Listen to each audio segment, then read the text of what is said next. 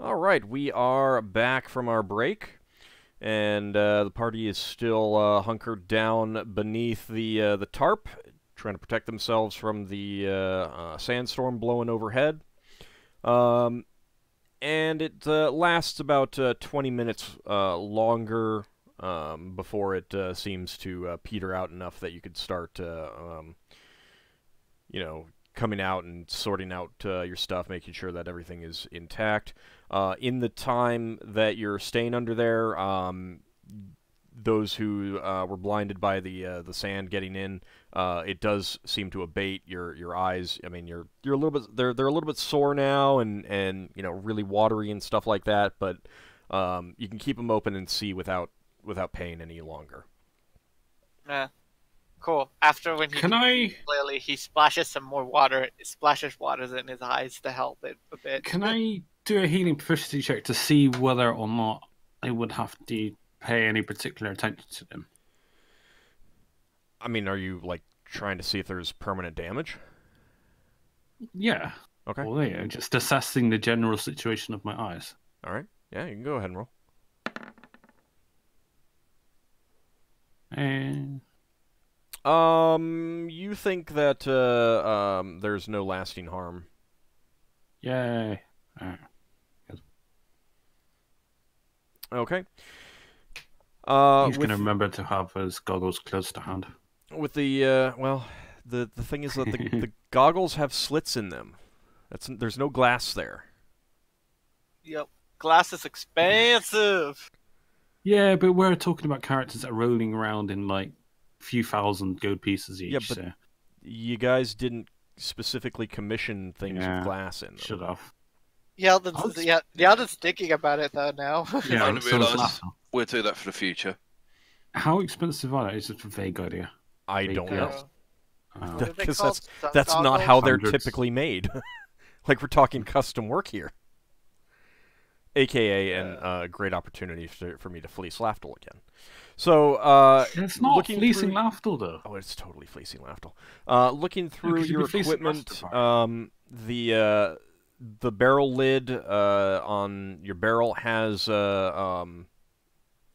been flipped off. You do find it half buried in sand nearby. And all of the water that is in the barrel is completely fouled with sand now. Would a purify water spell work on that? Yeah, can I just... I'll try to use that. I'm going to stick my sword in there and see it purify. Well, I mean, you're both trying to do the same thing at one time. So dexterity check. Who goes first? Each of you give me a dexterity check to see who wins. Who does it?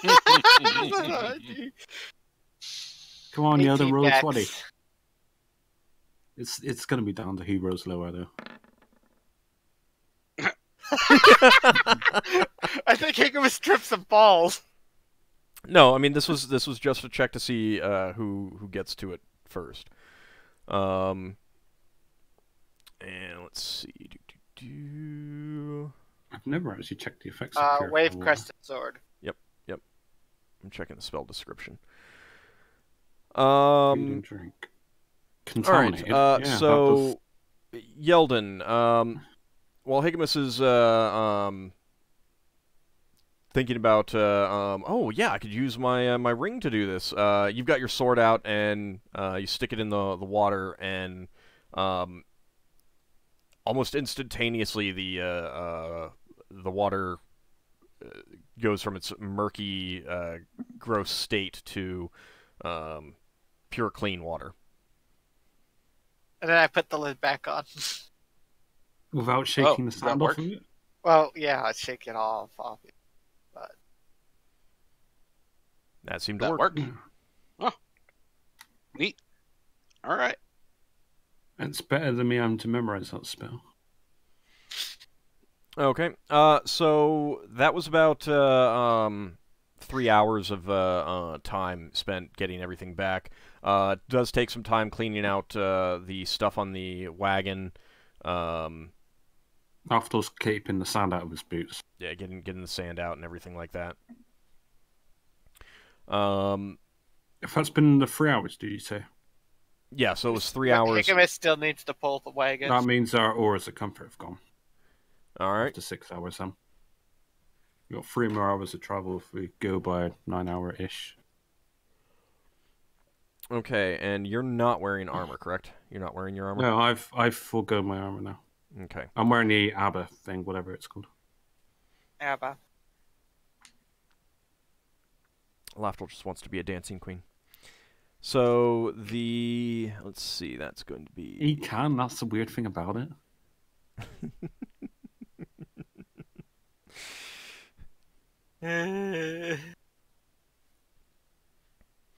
All right, so you get going again. Lafdul and Leva, you're definitely feeling the heat now. Sunburn ointment. No. There's 14 applications of the sunburn ointment. That's only if we get burnt. And we're only traveling for like 2 or 3 hours, so it shouldn't be that bad. I'm gonna take more water. I'm gonna go from a gallon to a gallon and a half. What? So I'm compensating a bit. Okay. I'm drinking. Yeldan's drinking a gallon and a half today already. You said that. I got that. Are we treating the time under the tarp as a rest period? It did function as a rest period. I mean, you weren't doing a whole. Right. I mean, once you dug, we weren't strained. Once you were comfortable enough with how deep you dug, you were fine. And the wall of ice really chilled the air inside there, so it felt really good. But Braxon says to Higgimus, we should do that every day. All right. Well, tomorrow we can do it again. Asher, is your microphone a little bit farther away? Because you seem a little bit quieter, too. How about now? Didn't seem to make much difference. How about now? Maybe it's a little bit better. We'll see. I'm just checking. I mean... I'm pushing myself up to 2 gallons if I'm able to drink that much. How about now? Yeah, that's better. Or maybe your ear's further away. Yeah, I don't think so. I'm mostly going comparing it to other people's voices. That's the thing. So if one person's voice to me is being, can be easily drowned out by other people, then that tells me that something's up there. Their volume's too low. And I only have limited abilities to change volumes in Discord, so anyway. All right. So you guys get going again and start pushing on. Let's see, Lafdul and Leva. I'm going to need to check.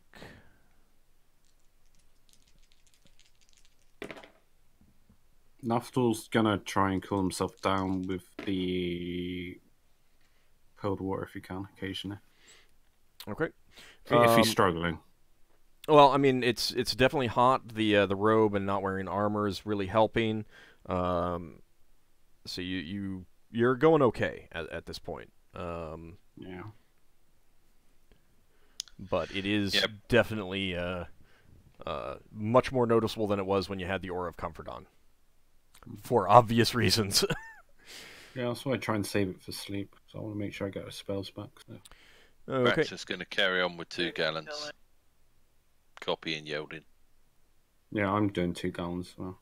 Based on the fact that Yeldan's the expert. So he'll just do what Yeldan says. I thought, Yeldan, did you say you were bumping up to 2 gallons?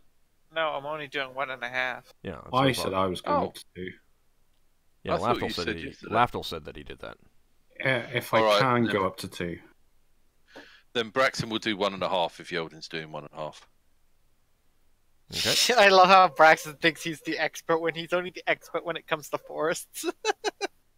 Yeah, well, he's more of an expert than Braxon is. Braxon's the expert on farming asteroids. What does that entail? Growing stuff on an asteroid?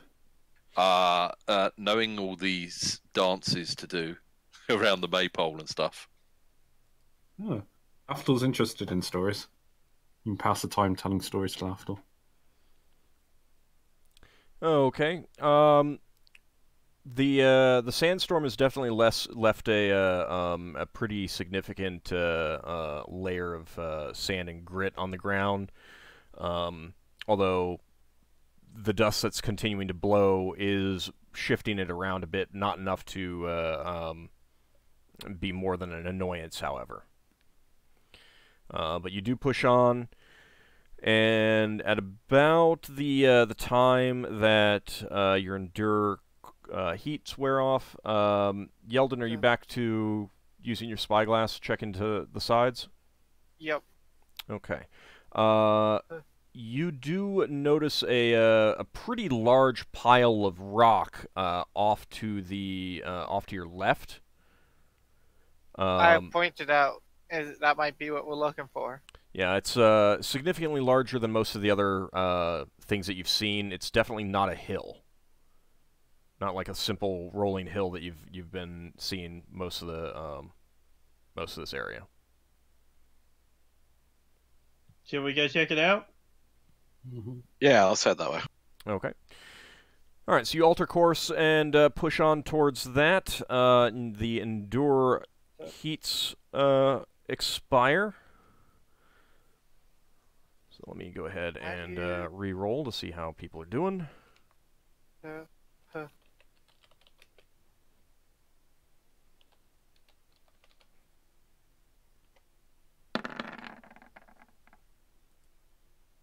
I'll be happy when I get to 7th level. I can get a tree steed.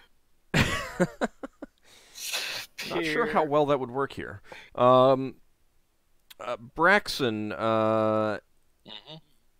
the heat is definitely getting to you at this point. You guys can all see the pile of rock that Yeldan pointed to, but it's still in the distance. It's kind of shimmery with a heat mirage effect.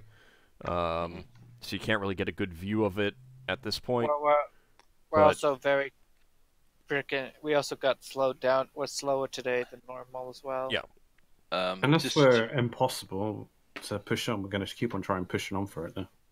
Just to check, did we use another lot of rations for the time under the tarp? No, it's not because a day. that wasn't a day. When we rest, we will. Yeah. Braxon, I need you to give me a Constitution check. Okay. I'll roll first and then go look at my Constitution for second. Doesn't matter for that. Yep. All right. It's bad, but you basically dump like an entire canteen of water over your head, and it's kind of okay. All right. I think I can go on a little bit longer. Yeah, so Braxton's realizing he's not drinking enough water or something. Not necessarily. It could just be that it's just negatively affecting you more today. Maybe you exerted more effort in digging than other people, kind of thing. Yeah. It's hard to say. It's just you're getting more tired than other people at this point. But with that was a save. So yeah. Braxton says to the others, I'm struggling a bit. Is everyone okay? Is Level okay with her gallon of water? She hasn't changed anything. Right. Well, everyone is okay for now. Whether you're able to continue on. Obviously, everyone is tired at this point, and it is very, very hot. It is time to camp. It is over 100 degrees, but you think you can still push on. You're hoping that you can get to that pile of rock, maybe.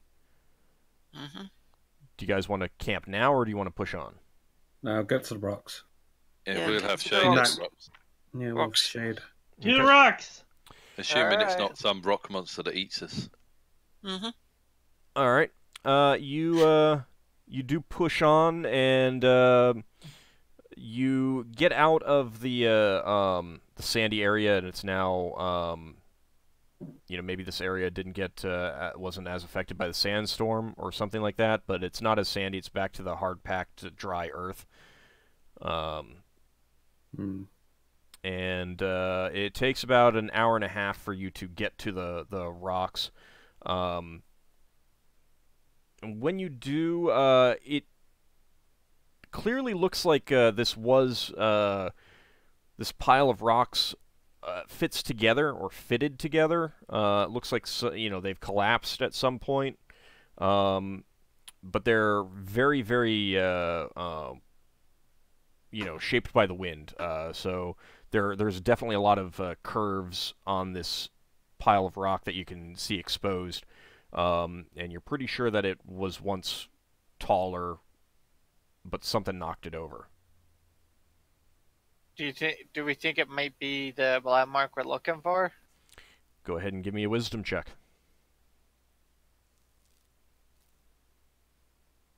Since you brought it up. Wisdom is 16. Yeldan, you immediately see that maybe your mind is working a little bit better than everyone else's because they're worse off from the heat or something like that, but you definitely realize that this pile of rocks, which is considerably, of considerable height right now, it's a good 20 feet high just from the pile itself, gives a nice long shadow, but this was once a tall pillar, and you do believe that you could see the wind-scoured shapes that would have kind of had an undulating multi-hourglass shape. So you do believe that might be the landmark that you were looking for. I think this was what the landmark used to be. Okay. So you might want to update the map. All right. I'll make a little note here. Just say worn down. I will. Well, we kind of just went straight north almost for this, didn't we? For the most part, and then we had to take a turn. All right. I guess we don't need to make a marker for when we turn or not here. All right. I mean, again, you were just going to be picked up on the edge of the ribbon, so... Yeah. What I'd say is it took us a day and a half of travel on normal circumstances to get here.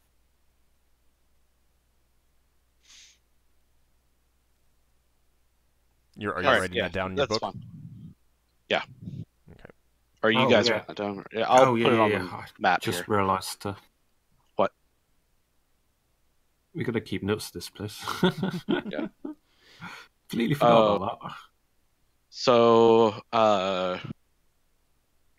what's the next thing we have to look out for? Can we delete the notes? You can delete or keep whatever you want. It's up to you. The next thing you're looking for, it seems to be some sort of seashore, almost. It seems odd, but you haven't seen any water at all. Huh. But that's kind of what it seems to indicate. There's nothing really of remark here, really, other than the sandstorm, but that's to be expected. Yeah, we haven't encountered any creatures yet. Yes, I don't know what else to write. Well, I mean, that's of significance that you haven't seen any creatures. Yep. Yeah, I suppose. Sandstorm, severity, how long it lasted. Yeah, that's something that'd be interested in Yeldan, is stuff like that. Okay, you definitely have ample shade from this pile of rocks. I'm using Crate Campsite. Okay, they're a good 20 feet high and close to about 40 feet in width, so it does make for a pretty nice big shaded area. It took about 10 minutes for that sandstorm to hit us as soon as we noticed it. About 10, 12, 15 minutes. Quarter of an hour. Did you say the rocks are 20 foot wide? 40 feet wide. A half hours. 40 feet wide. Oh, so there's not... Braxon wouldn't have to walk around to see if there's any caves or anything. They're not quite that big. It's basically a pile of rubble. Yeah, at this point, it's a pile of rubble. I just thought Braxon was going to look around it, but... I mean, you can... Braxon will do a 360 around the outside then. Okay. Just in case there's anything dodgy there. Nothing that you notice. Nothing catches your eye. There's a few scraggly plants clinging to some of the shaded areas, but that's about it. In fact, that's kind of unusual because you've seen fewer and fewer plants as you came this way. But it seems like some plants may have found some, sustenance in the shadowy parts. Can I do a herbalism check on these plants to see if anything are at any particular value? Sure. Yeah, maybe the cacti have some variety. I don't know. Maybe I might be able to find some poisons out of them as well. They're definitely not aloe. Cacti. They're definitely not cacti. No, yeah, so not aloe. Beyond Lafdul. Well, Leva is going to try to put her clothes on back on to see whether she's still allergic to that, to everything. You are no longer allergic. You seem perfectly nice. fine. Yay. Oh, gosh. Poof. So, Lafdul, as best as you can guess, these seem like pretty benign, nondescript, scraggly bushes. Is it too alien to me, or? Not necessarily too alien, but they just don't match anything that you know of that has any useful properties. It's kind of like grass is grass kind of thing. I'll collect a sample, something to bring back. Okay. Just, just some proof that we've been out here, I guess. Okay. You break off a couple twigs with some small leaves and put them in a container. Yeah. Okay. All right. Let's see. So you set up the camp for the night. Any spells that anyone's going to cast for? Casting or as a comfort on me and Leva, so we get a decent night's sleep for spell memorization. I'll refill our water. How quickly did the sandstorm get to us? What do you guys think? Write down what you think. You can discuss I it thought with it was everyone. Because we noticed it then we pushed on for about 10 minutes, then it was on us, basically. I thought it was between 10 and 15 minutes. Oh? That's what I'm writing down. Okay. Yeah, so whatever Yeldan writes down, it's what he writes down. If anyone disagrees, speak up. And yes. No, Because don't I disagree. think In fact, I think the same. All right. Well. Write differently if you think differently. That's the whole point of having two versions, I suppose. They draw an average 5 between to them. 15 minutes. Give it a light right range, because not really able to track time accurately. Yeah, well, it's all guesswork anyway. All right. So with Lafdul and Leva with Auras of Comfort, you're able to get good night's sleeps. I will also cast Endure Heat, because I have one spare on Braxon, because he looked like he was struggling the most today. It's just an extra one. Okay. What, an extra one for night time? Yeah, no, I always keep a spare one in case it doesn't work on Higgimus. So. Until he resists twice in a row. One day it will happen. Ord, how big is the barrel of water? It's enough to hold however much water Higgimus creates. About 44 gallons, I think. Is it 44 Could a person fit in it? No. Okay. I thought could if he shrunk himself. Yeah, so it's about probably 50 gallons. I mean, 50 yeah, some people might fit in. You might be able to really, really squish one of the smaller people down in, but I mean, I don't think it would be comfortable. Well, I just thought if someone was struggling with the heat. So you could just have them ride on the wagon. Yeah, they ride on the wagon inside the barrel of water. with Lafdul turning it into ice. 6 hours. 6. Okay. Okay. I can make people smaller, so that's if you want. Yeah. How much water is people drinking? I'm at 2 gallons. Still. I'm at 1.5 gallons. How does Leva feel at the end of the day? I am calculating that right now. I am going to need from some of you something. I'm just checking to see what I need. 1.5. I'll wait until I'll ask for numbers. So I would like saving throw versus poison from Higgimus, Braxon, and Ockar and Yeldan. What's this for? Okay. You'll find out. Oh, right.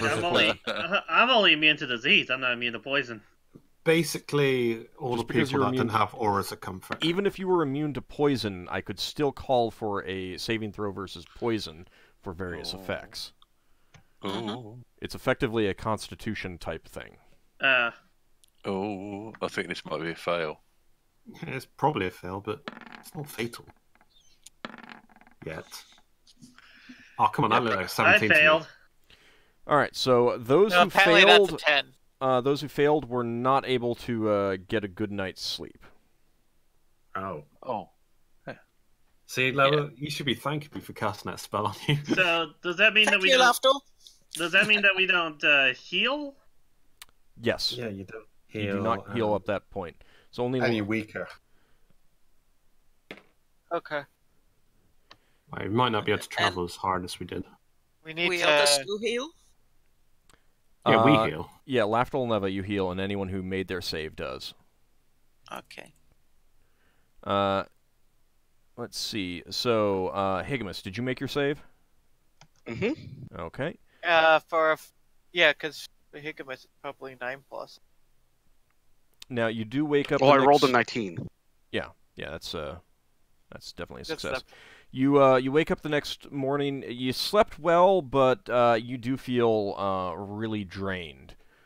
Definitely feel tired, and like the exertion and the effort are getting to you. Well, he did pull the wagon.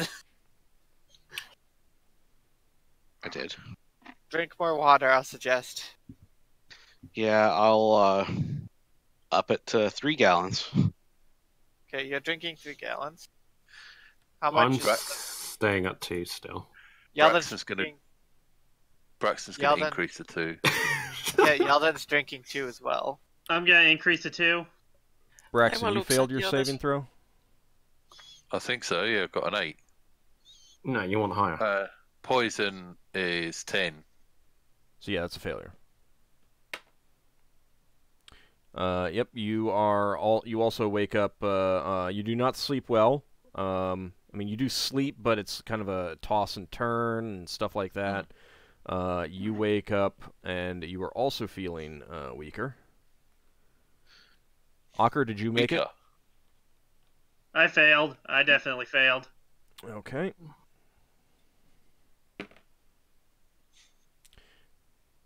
You wake up feeling weaker. Okay. And Yeldan, did you make your saving throw? Yeah, I got 12 on mine. Okay. So you slept okay.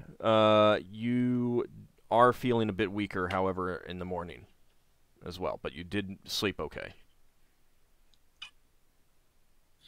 Oh, if I'm not feeling that great, gotta read my math then. Okay, so 3 gallons or no? Oh, our food's gone down by 1 people. Yeah, everyone uses Yeah, I was gonna go for 2.5 gallons this time around then. I upped myself to 2 because I was drinking a gallon and a half. No, I'm staying at 2. You drank a gallon yesterday, Ockar, because you never said anything about going up to 1.5. Oh. You can still go up. I'm just letting you know. Yeah, I thought I remember saying that several times. I must have missed it then, because I don't recall. I did say he was matching. I think he said he was matching Yeldan, but then you corrected Yeldan saying, no, you corrected Ockar saying that he didn't change it, and it was me who said I. Right, well, some people said it like around the time of setting up camp, but that doesn't, you know, that's the day is already passed. Okay.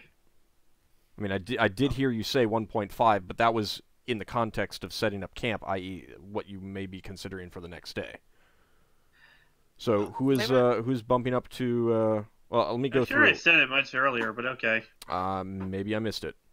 I think we're all at 2 at this point, apart from Yeldan. Braxton's going for No, 2 gallons. Hold on. Higgimus, what have you decided to drink the next day? I said I was going up to 3 gallons. Okay. Okay. And I was going to be using a portion of my water to douse like a headband or something like that. Okay. Braxon, what are you going to be drinking? Braxton's going to go up from 1.5 to 2. Okay.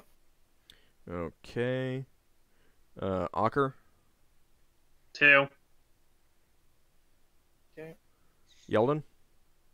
2.5.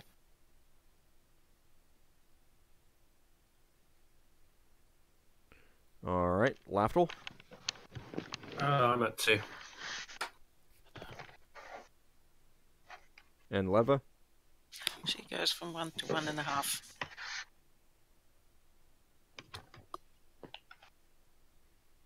Okay. All right. Okay. So, So that's a total of 15 gallons. Well, I mean, you can create more than that once per day, so. Yeah, I know. I'm just thinking. Well, I'm just think we should keep track of how much we're drinking per day as a total. Braxon is also, before he takes his he's going to ask Lafdul to do the same thing with the knife. Yeah, I'll do it every... We'll get cold. super cold water. Yeah, I think it's like a normal state of affairs that we set that up, so we can... Yeah, that's what I'm doing every morning. And Lafdul, you're going to cast Endure Heat on Higgimus, Braxon, Ockar, and Yeldan again? Yeah, and I've got a spare Endure Heat.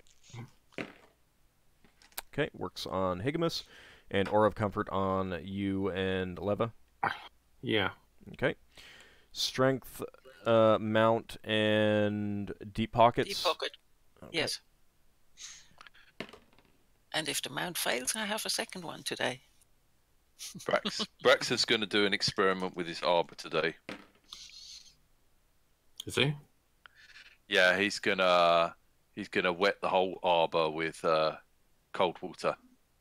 That's a lot of water. Let him do it. Let him do it. All right, so Leva, is that a gallon of water? Who are you casting strength on again? Braxon. Braxon. Okay. Braxon, you do not feel stronger when you cast a spell. Oh boy. Is it that he felt weaker, but then he's back to normal strength, or there's no change? No, you were expecting. I mean, you felt stronger when she's cast this before, and you know, like you could lift more stuff, and your normal packs and weapons and equipment don't feel as burdensome, and it just feels perfectly normal. So Braxton says that doesn't feel any different, but you sound exactly like Leva.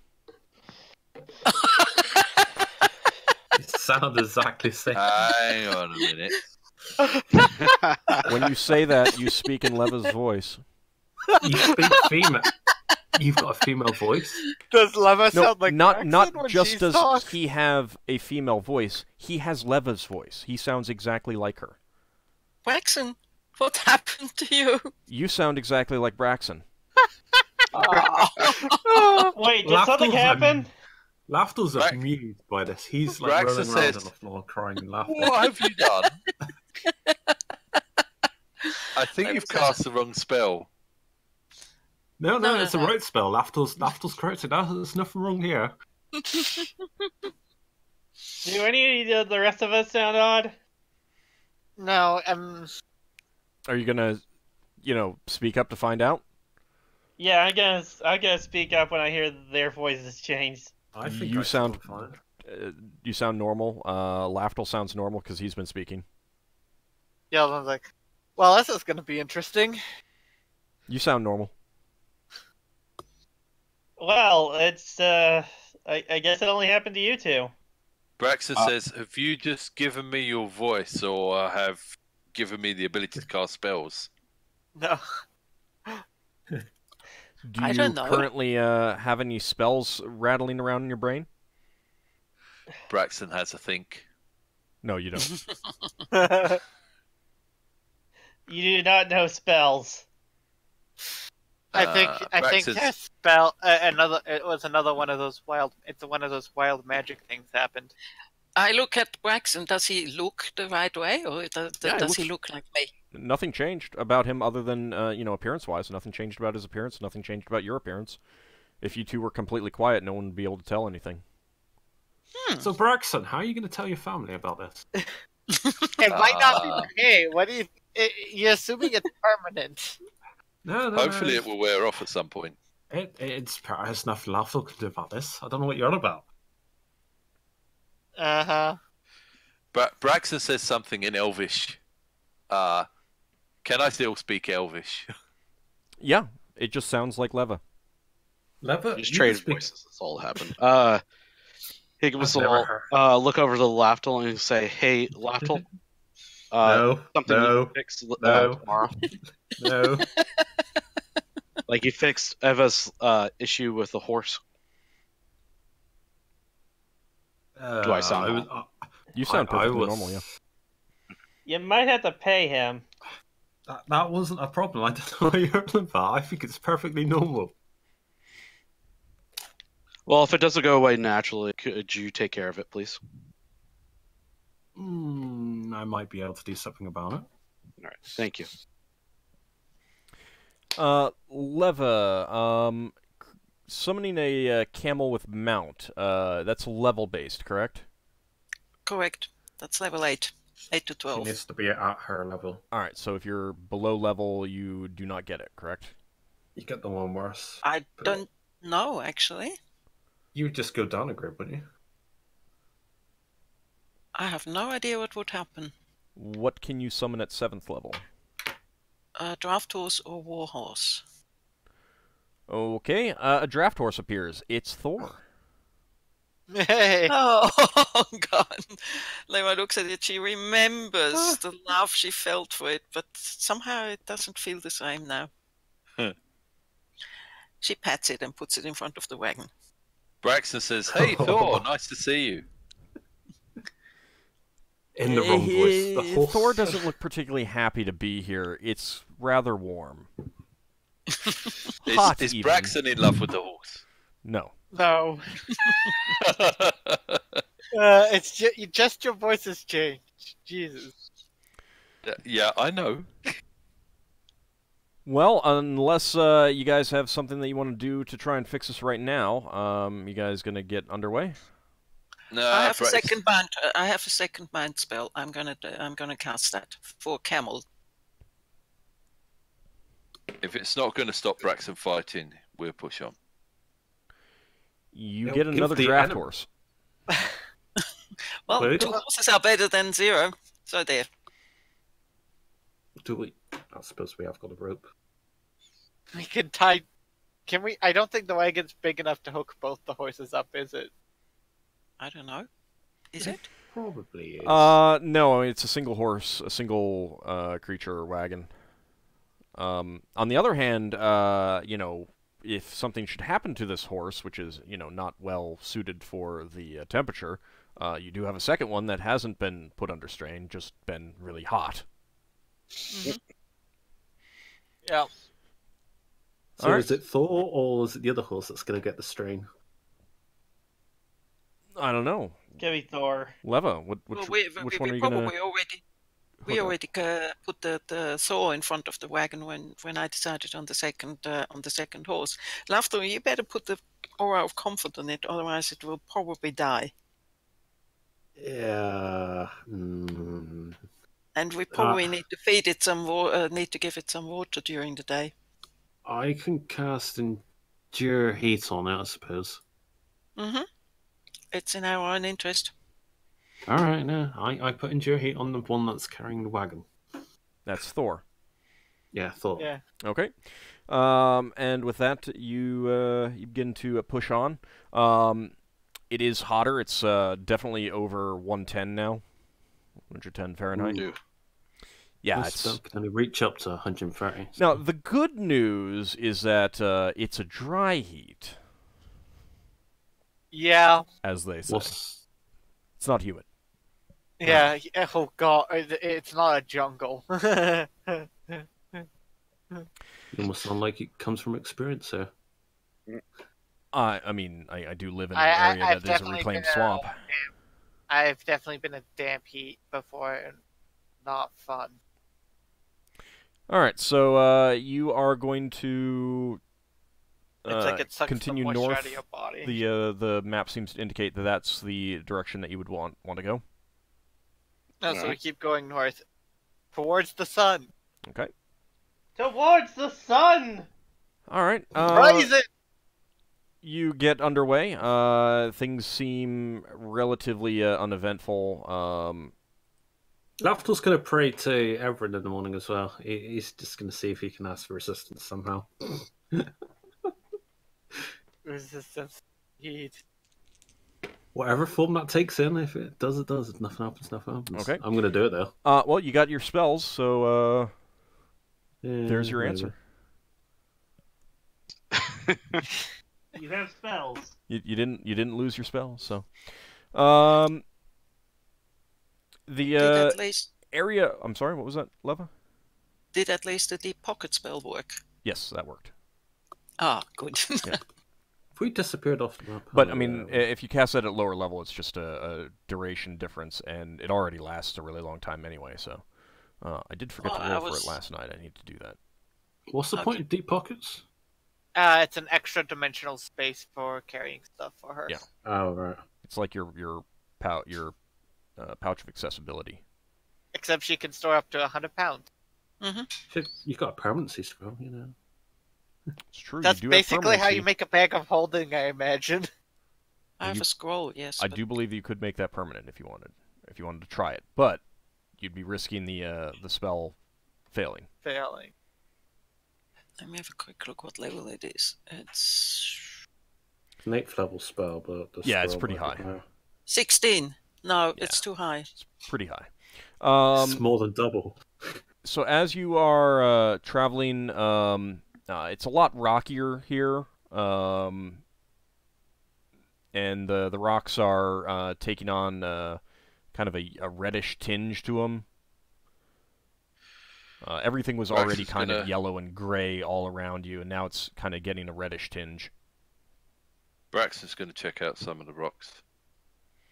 Okay, periodically picking one up and glancing at it kind of thing? Yeah, he's going to say, do you think it's worth taking any of these rocks back for, we're supposed to take something back? Sure, 1 or 2 samples? I suppose. It doesn't hurt. You want to. So, remember that comment before the session started about someone wishing they had a dwarf in the party? Yeah. Yeah. Yeah, Lafdul, you're good at praising gems and stuff. Gems, not rocks. Well, do I look like a dwarf to you? Gems are made out of rocks. Lafdul turns himself into a dwarf just for comic effect. Well, rocks are close to being gems. Yeldan just laughs when he sees Yeldan. Braxon says to Lafdul in Dwarvish in Lever's voice, "You look so much more attractive as a dwarf." You should say like that. Oh, you hitting on me? What? No, but maybe she is. I am not hitting on Lafdul. I don't. Okay, can Lava speak Dwarvish? Lafdul can speak dwarves. They'll speak back in Dwarvish anyway. Can Lava speak Dwarvish? Hell no, you're hearing Lava speak Dwarvish for the first time, even though she can't. I think Leva only speaks common. No, she's no. She speaks lots of languages, but all different ones. She's only into languages nobody else speaks. She has esoteric languages, which may still come in handy at some point. You never know. It did because she could speak Rastapede. I don't think esoteric language is any use. I've never met anyone from esoterica space. Are you sure? Maybe that's where Leva's from. Maybe that's why she knows esoteric languages. So you pick up some of the rocks to look at them, try and figure out if they're useful at all? Lafdul's just going to collect a couple samples. Enough. Any ones that might look a little bit out of the ordinary. The most out of the ordinary. So, one of the red ones. Yeah, probably. So, we've got some charts. Are you going off to the side opposite of Braxon? I assume you're picking them up from the sides, looking for some outcroppings that seem interesting or something like that. Both of you, something like this and this kind of thing. I suppose, yeah. Okay. Yeah, that'll do. That's when we get eaten by rock monsters. Probably. Lafdul's none the wiser, so. Braxon, as you're picking up a reddish rock, a tan rock at the base seems to leap out at your arm and strike at you, and I'm going to need everyone to roll 1d10 for surprise. Tan? What's jumping out? A tan rock. Braxon will call out if he can. I mean, you shout in surprise, so... It's like, oh! And everyone just looks in your direction. This is a save versus rock, admit it. It's save versus rock lobster. Ockar, Lafdul, and Braxon are surprised. Leva is surprised. How does surprise work? Is it above? It's 1 to 3, but there can be modifiers. Oh. Higgimus is surprised. All right, wow, so... is Yeldan the only one who's not? Yes. The horse is surprised. Yes, Yeldan is the only one who is not surprised. However, Braxon, the rock that kind of leaped out at you, it seems to flow like a semi-liquid as opposed to being hard, although it seemed like it was hard just a moment ago. You're able to, pull your hand back in time that it doesn't hit you. But we are going into combat. Alright, I got something to write in my book now. So, Yeldan's the only one who's going to be able to do anything in this turn, so if everyone could set themselves to 99, everyone else. So Braxton can't throw the rock at him. You could grab another rock. Really wanted to. No, it's just he was picking up a rock. Alright. I mean, you would have dropped it as you yank your hand back, so... Fight the rock with a rock. That's the best plan ever. Is it a tan brown or? Does anyone have a sheet of paper? I know how to win. Oh God! You're already in the initiative, though, Braxon. Can you set yourself to 99, Braxon? Yeah, I'm going to. I'm just going to put myself in the turn. You already were. Yeah. Oh, okay. All right. So the only one who wasn't surprised was Yeldan? Yep. Yeldan is just, always on his toes kind of thing. The odd-shaped thing kind of flows like a viscous liquid and swings at you again, Braxon. Mm-hmm. Now, you're not wearing armor, correct? Correct. Okay. Just a wet arbor. Oh, yeah, that's actually kind of making everything worse to a certain extent, because it's like it clings to your skin. So, yeah, that might not be the best idea in the future. However, this thing does strike you, and it burns where it touches. You do hear a sizzling sound come from the edge of your robe. It struck at your arm, so kind of the wrist area starts to burn, wisp, or something is eating away at it. This is like the third time Brax's clothes have been burnt away. That's what the dice tell me. Blame the dice. The dice want to see you naked, not me. And the pain sears into your flesh on your wrist, and you suffer 12 points of damage. Whoa. That's more than a casual burn. Yeah. Yeldan, your turn. Cool. That's a lot of damage. That's a very precise shot for a small thing if you're trying to shoot it. Yeah, it's gonna have to be called shot. Oh, actually, I did forget to... Well, you are called Sharp Eye for a reason, aren't you? Token layer there. Mark. So you can see it on the map now. Oh, how big is this thing? It's kind of hard to say because you're not sure exactly where it, where it ends and the ground begins. Oh, it might be all underneath all of us. I just figure it just saves me time writing in the book, so I don't do it later on. I can. So what are you doing? Half my movement. Shooting. Oh, you're shooting it? Okay. Probably. Unfortunately, you take aim at something that you think is it, and your arrow just kind of bounces off a rock. Well, at least you have a chance to get it back, though.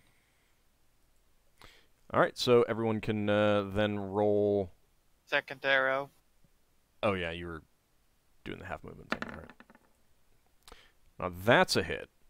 You're just using regular arrows, correct? Yeah. Okay. Go ahead and roll for damage. Oh.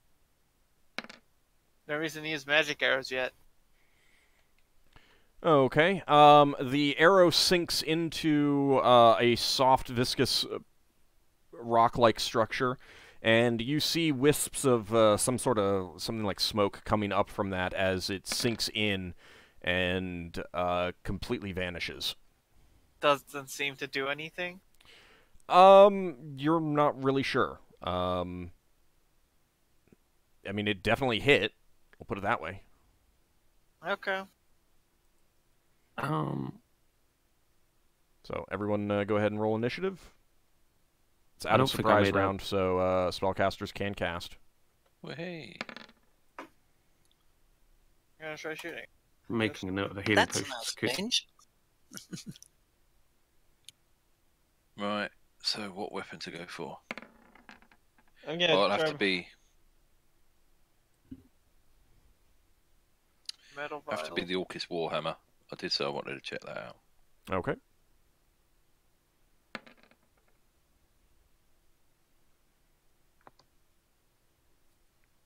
Everyone has rolled, it looks like.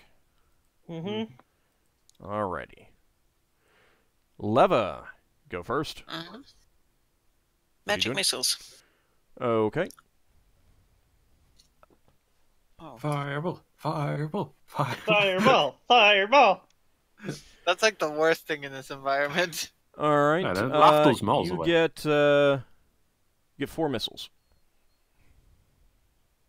You get standard quo. Nice. Did that number at the end rolled up? 15. I thought. Yeah. I don't think it looked works like that way. No, it looked like I had an animation on our macro. I think it puts in the box before putting in the number. Oh, right. I think that's how it works. All right, so Leva, your 4 missiles streak out of your fingers, fly right around Braxon, and smash into this thing. And it definitely, this viscous blob does seem to flinch back as your missiles strike. Lafdul? But it's still alive. It is still alive. He's lighting up with fairy fire. Okay, so everyone will get a +1 bonus to hit. Ockar? I'm gonna swing at it. All right, you're moving in. I'm using my longsword. And it also highlights the area so you know where to hit as well. So I'm gonna add a +1 to the fairy fire. Yeah, where are you moving to?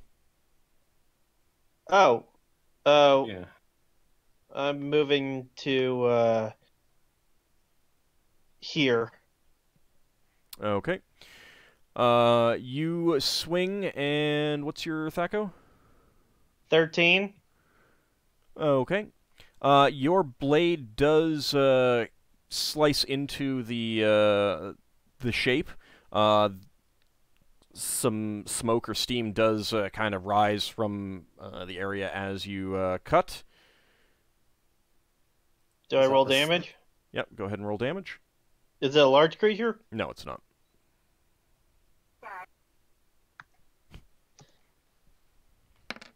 How's my sword look when it's done slicing? You'll have to look after the combat. You can't really look. Okay. However, you felt your blade slice through it and hit ground beneath it. There's now 2, isn't there? And the thing is clearly separated into 2 from that blow. Anyone got blunt weapons? Well, that's what Braxon is using. So, Braxon, go ahead and make your attack. Okay. Is it possible to hit with the flat of a blade? Oh, that's probably a miss. What's your Thaco?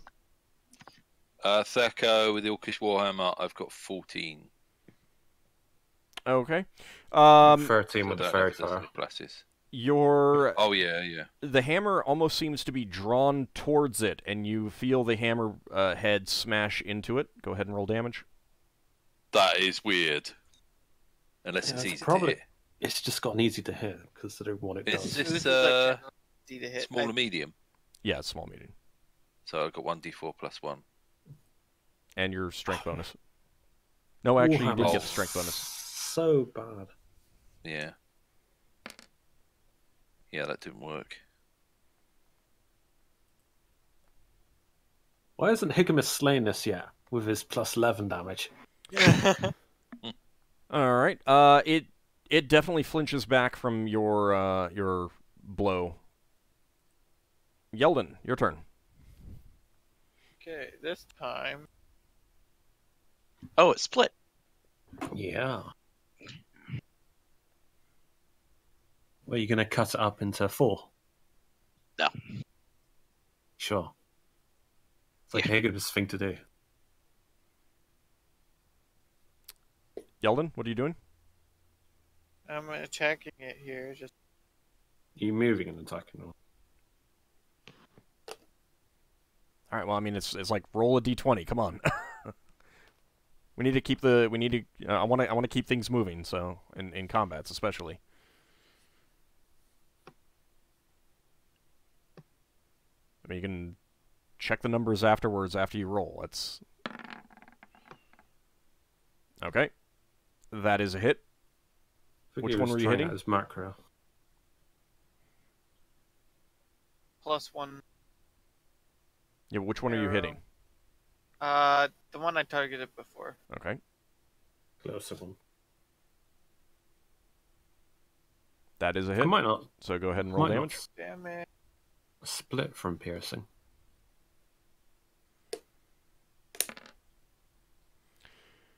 Okay.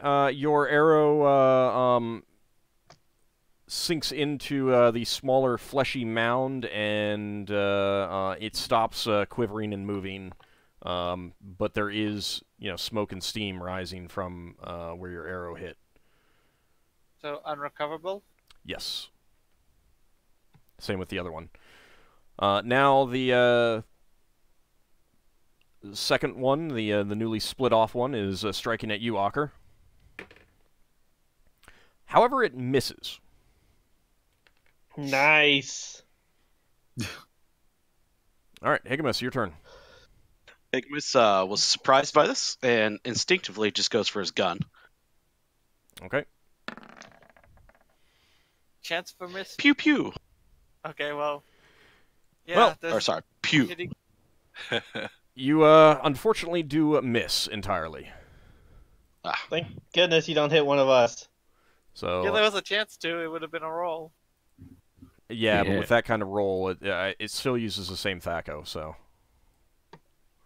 All right, everyone go ahead and roll initiative. Okay, I'm switching my weapon. All right. Oh, well, I guess I'm going to still shoot my second arrow. Oh, yeah, you get your second arrow. Go ahead and roll.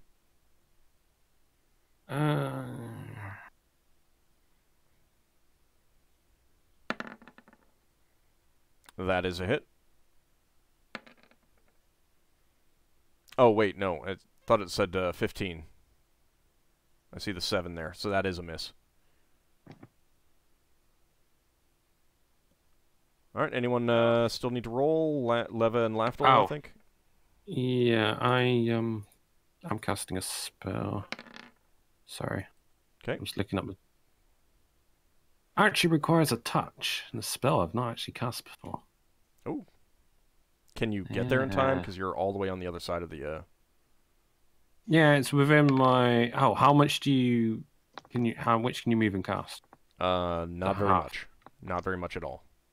Like a quarter. So I will just give it an attack then, I guess. Okay. Can I try to hit with the flats of my blade? You can try, whether that'll really do I've anything. got piercing weapons. No, yeah, I've got... piercing. Which one? Daggers are piercing weapons, aren't they? No, I've got a short sword and a dagger. Okay. Sorry, I've taken so long. Alright. Can you actually get in? Because it's move half your thing and still make your attack. Don't think so. Yeah, because I'm not wearing my armor. I'm unencumbered. Yeah, but it's your movement is 120. Oh, yeah, alright. 60, no. I'll just move up to them. Okay. I guess. Or nearby, not within attack range, like close. Move where you want then. Oops, I won't be able to make it to them either. Alright, Ockar, your turn. Okay, I'm going to swing my mace at this thing. Alright, so you dropped your sword and pulled out the mace. Yeah, I plan to pick it up after this. Yep, alright. So... that goes 14. That is a hit.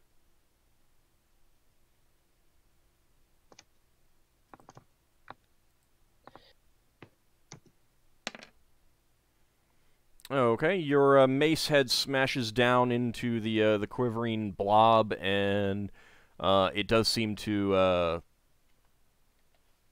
draw back from that in what you'd guess is some form of pain. Leva, your turn. This new form doesn't get the fairy fire. Magic missiles again. No, this new form does not get the fairy fire. All right, you get 5 missiles. Wow. Nice. Alright, the missiles streak around Ockar and Braxon, slamming into the thing, and it causes the quivering mass to stop quivering. Alright, Lafdul's going to scoop some up in a vial. Okay. What type of vial? Metal vial. Okay. Does it hold within a metal vial? You scoop it up and hold it, and you hear a sizzling sound. Alright, I get a glass vial and hold it underneath the metal vial, ready to go into the glass vial. And it does indeed eat through the metal. It's going into the glass vial. Is it melting through the glass vial? Is it no, it does metal. Alright, so okay, Braxon. I'm gonna pick up my longsword and take a look at it to see if it's okay. Yeah, I say it's destroying metal.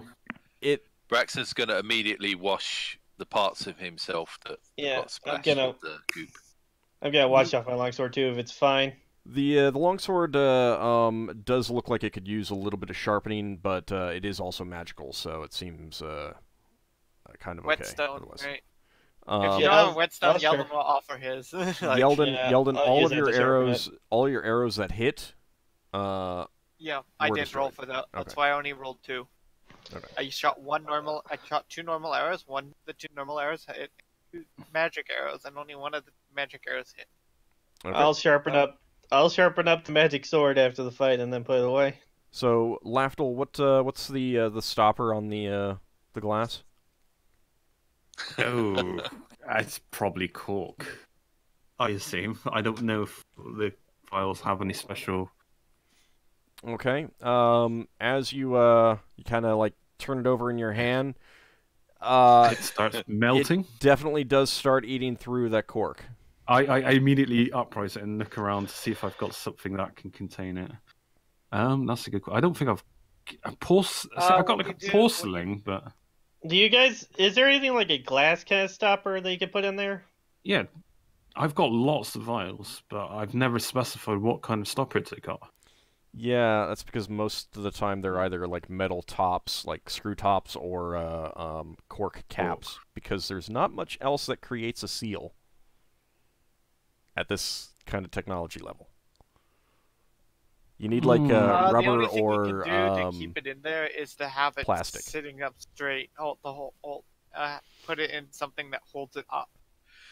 I don't think plastic would have existed back then. Yeah, no, did you, not like, really. Buy just rubber. Would clay? Sorry, go ahead. Clay might, but I don't know they have any. Do they? A huge Sorry. I do, but they're not. They've all got the standard stoppers. Wouldn't have they come in a case with it all being held upright in a box? Yeah, would they? I do have a case where they all are actually. I got a vial case. Yeah, but then that case might get turned over at some point. Well, no, things inside my pouch stay in another dimension. They're kept in that same. But it does make them easy for you to grab, which means that it does shift things around. Oh, do they export rubber from Maztica in realm space? Maybe, but that'd be very, very, very expensive. Right. Like I said, I could try melting the glass to seal it. I would lose the vial, but I might be able to melt it to contain it completely. You can just leave the vials out in the wagon, in the case. And as soon as the wagon sort of jumps over a rock, we get a new wagon, right? Can I see if I can just melt? This is an attempt at sacrificing what I've got here, but I'm gonna try and melt and seal it. Melt the top up so it's completely contained. With what? Flaming dagger. I'll just melt it into it's like permanently sealed. In other words, it has to be. In other words, it has to be broken in order to get the contents. But does your dagger melt glass? It's a magical flaming dagger. Probably will do over a period of time. Well, let's find out. So you're trying to make an ampule? I don't know what that is, but He's basically making a sealed container. Yeah, so it can't leak, essentially. Okay, so you I might lose it, but oh well. You hold the blade of your dagger to the top of the metal. I'm doing vial. it like a diagonal angle, so it's kind of like. Okay. It does start to melt, but it kind of runs and flows not exactly the way that you would want. It's not making a good seal, but it is melting. Is anyone else better than me at doing this? You're weaponsmiths. No. You might be any good at this. I know how to work with armor, not with weapons. It's a vial. It's a material. How do you do stuff with hot stuff? You know better than me. We hit it. Okay, I'll try to explain smithing to him. Well, yeah, also they have specialized facilities that they use. We have like anvils and stuff. Instead of critiquing me, could you help? Well, I don't have any tools. Hold on, is there any way that I can help him out since I'm used to working with smaller stuff like this? You are used to working with smaller stuff, but you're also used to having the proper tools. Okay. So, Lafdul, no, we can't help you. We don't have the tools. I'm just going to have to jerry-rig this sealed, basically. Look, if you had a hammer and a forge and an anvil, maybe. With glass? Hell no, you need glass blowers. Yeah. Could I sacrifice another vial to melt glass over it? Just melt two of them together. Essentially. This other one isn't melting at all. Huh? I was rolling item saving throws. First one failed, the second one succeeded. Oh, just keep the dagger there until it melts. Okay. It can't resist indefinitely. So, you insist to everyone that they stay here while you are working on this. How long is this taking, by the way?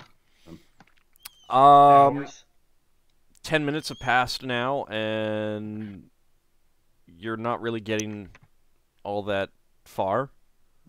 That's fine, because Braxon spent some of the time washing himself to get the acid off of himself. Well, it's either that or just sharpening up my sword. Yeah, people got time to refill their flasks. They got like several minutes, like half an hour. Braxon says to Lafdul, could you mix anything with the acid to stop it being so dangerous, but still be able to recover it later? Like, could you dilute it with water? Yeah, but that would ruin the whole point of collecting it. Well, if you had half of that and half of water, we could boil off the water later, couldn't we? I don't think it works that way. Oh, okay. I mean, if this fails, it fails. I've tried. So I'm going to try for up to half an hour. Oh, okay. Yeldan's be getting impatient. Alright, get impatient. You can start walking off. This other vial that you have is clearly of thicker glass, and it's not melting. It's getting a little bit burnt and slightly deformed, but not enough to ruin it. But it's just not melting the way that you want. How contained is this then? Not contained at all. Like you were lucky that you didn't burn your hands on the floor. All right, this is something I'm gonna have to try and do at camp. So I'm gonna have to hold it until we get to a camp.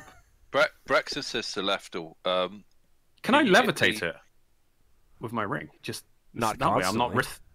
I'm not. Oh. Braxon says to Lafdul, can you get the end of one of the glass vials you're not using and stick that in the hole of the vial that's got the stuff in? And stick the two together. The holes would be the same size. You can't warp the glass into it. Well, I don't know. No, I'm just saying stick them together, so you've got two vials stuck together. He's talking about sticking one bottom one in the top of the other one. Yeah. I could try that. Yeah, I'll try that. Yeah, like a welding. All right, that seems to work well enough. All right. Okay, but you're also now. pretty sure that to get this out, you'll need to break both of them. Yeah, that's fine. They're just sacrificial glass vials. I've got a lot of vials. Okay. So Braxon says to Lafdul. Braxon says to Lafdul, if you need to do anything else with that, secure it. Tan. What were you saying, Braxon? Braxon says to Lafdul. Well, actually, he doesn't say it like that. He says, if you need to do anything more to that, maybe you could sit on the back of the wagon. Yeah, but the wagon's going to be bumping up and down. I don't exactly want acid spilling all over the place. Besides, I think it seems to be sealed in. You hope. Has anyone got any, like... there's aluminium doesn't exist, or aluminum, or tin. Tin does, but tin's got a low melting temperature. No one's got any tin on them. Probably not. And at that point, you're probably talking about like tools and utensils that they have anyway. So yeah. Didn't it melt through the metal anyway? Yeah, it completely melted through, and I had to catch it in a glass vial. Yeah, so I'm not sure what you would want the metal for anyway. It's to seal the... Oh, yeah. Good point. Anyways, what color was what color was used? Tan. Tan? Yeah, light brown. All right, so the people living in the ribbon are probably going to take it anyway. With that, you guys... Yeah, I know they are. But... Get back underway? Yep. Okay. Yes, please. Can we pick up a couple of rocks? Because we tried to, but we got eaten. Yeah. If you want to risk it, you gonna pick up some rocks. Braxton's gonna pick up another rock while holding the warhammer there, ready to smash the floor. I'm going to say 2 glass vials welded together, containing. All right. So what do we describe this as? Describe it any way you want. Tan ooze. Describe it any way you want. Acidic tan ooze. I mean, I described what you encountered, so you can choose your words. Ooze creature. So, Braxon, you do pick up a few rocks. About how big are you looking at? Fist size kind of thing? I'm thinking, yeah, maybe. I'm thinking of interesting looking ones. Right, but you're not looking for things the size of your torso. You're looking for things that would fit in your hand. Right. Yeah, samples that they could give to their dwarves. Okay. All right. Oh, can we smash one in half? You could try. You do have a hammer. Is metamorphic a known term? I'll let you borrow my maul. Yeah. Braxon to try with Higgimus's maul. Okay. Maybe we can put actually a big rock on top of another rock and like use leverage to snap it. Actually, I have something better. I have a chisel set. Yeah. Yeah, I've got like a jam cutter set as well. Well, Braxon might get one of you two to do it.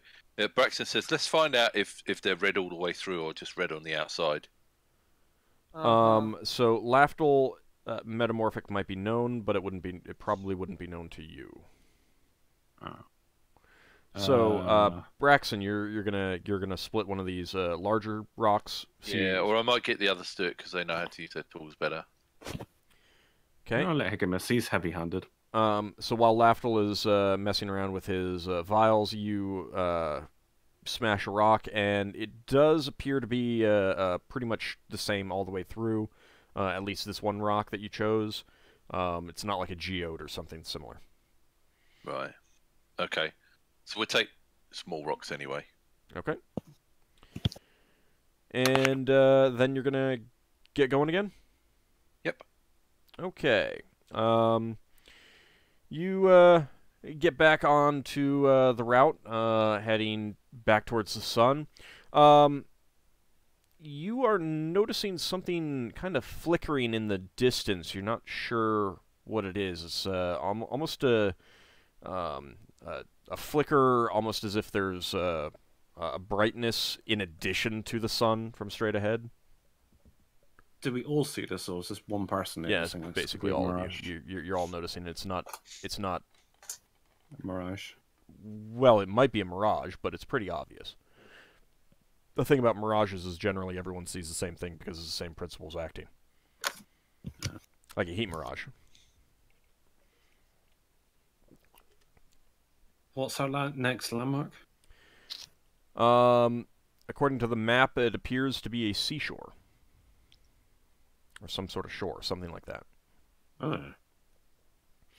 Yeah, it's interesting because, like I said, you haven't seen any water at all. Like, Braxon lifting up those rocks, it's not like there was dampness under it. Yeah. Mm. Okay. Continuing on, it is definitely getting hotter, so let me see about some things, because the auras of comfort have now expired. I think Lafdul's going to make a mental note to get some glass stoppers or something. Rubber. And you're saying wetting the arbor doesn't seem to help? I made it worse.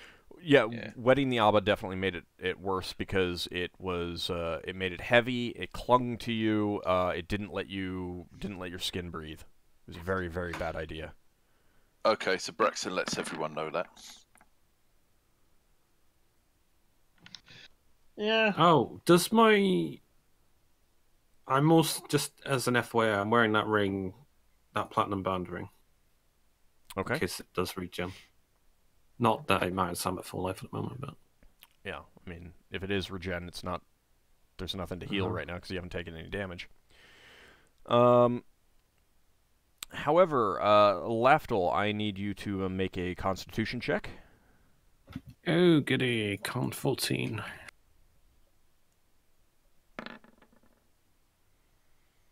Okay. Yeah, with the Aura of Comfort having expired, you are definitely feeling the effects of the heat. Struggling somewhat. You gonna take some more water? Yeah. All right. I will make a mental note to have 2.5 gallons every day now.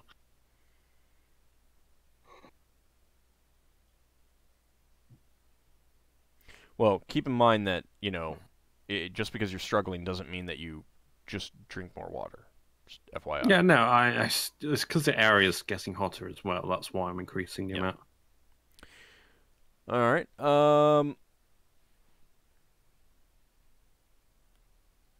Let's see. Now this the effect of the temperature does cause you a point of damage. I get to find out if my ring heals me. And you're definitely sweating profusely and everything like that. Leva's not doing great, but she's holding up better than you for some reason.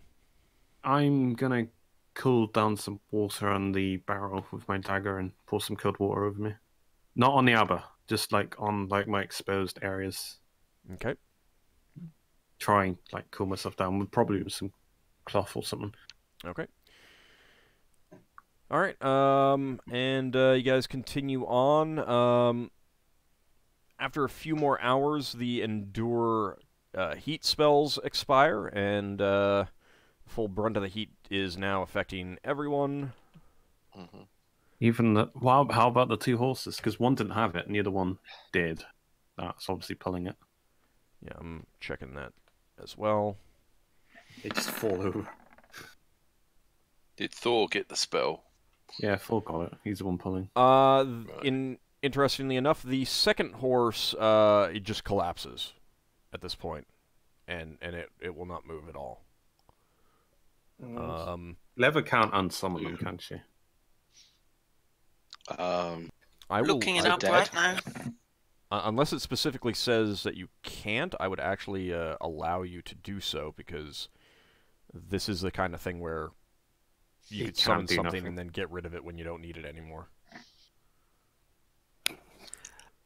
It doesn't say I can't, but it does say the man disappears when slain.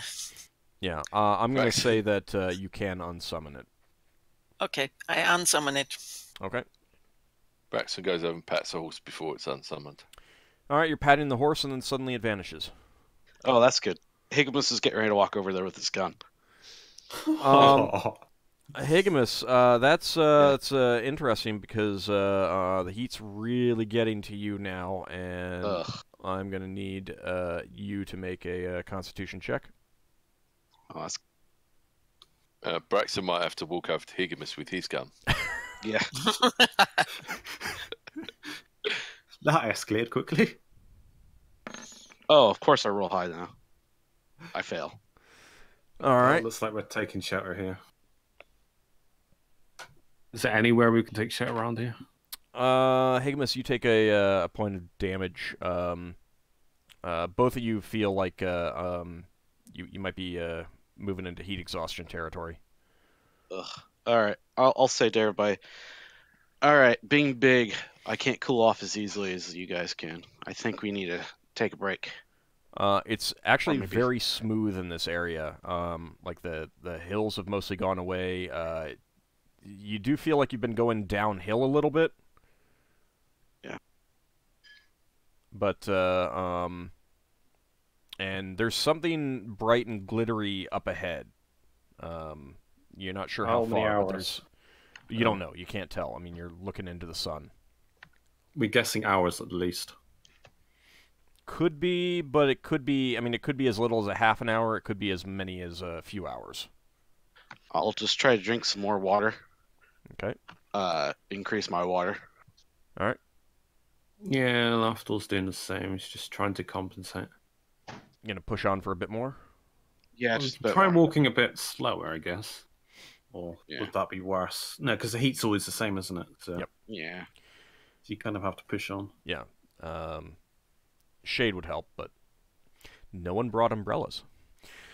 I could have sworn I said something about parasols. Yeah. Yeah, I thought we were getting parasols. Well, I don't have that written down, and no one was mentioning that specifically in the equipment that they were bringing along, so... Yeah. All right, let's move on. About an hour and a half later, hour and a half? God. You think that up ahead, not too far off, is some sort of sea. The area that you're in is a bit sandier, but it's not like sand. It's more like pebbles or gravel type thing, but everything is kind of smooth. Does it smell salty? No, you do not smell any salt. Oh. But there's you do see glittering like reflection up ahead. I have a sinking suspicion of what we might be getting into out of character. Oh well. We're adventurers. Yep. We adventure. All right. Well, what's this water or liquid? I should say. Keep pushing on until you see it. Yeah, for sure. How much are we going to struggle in a fight? How much can Lafdul put up a fight?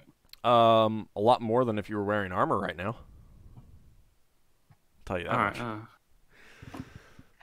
much. You won't know until you get into a fight.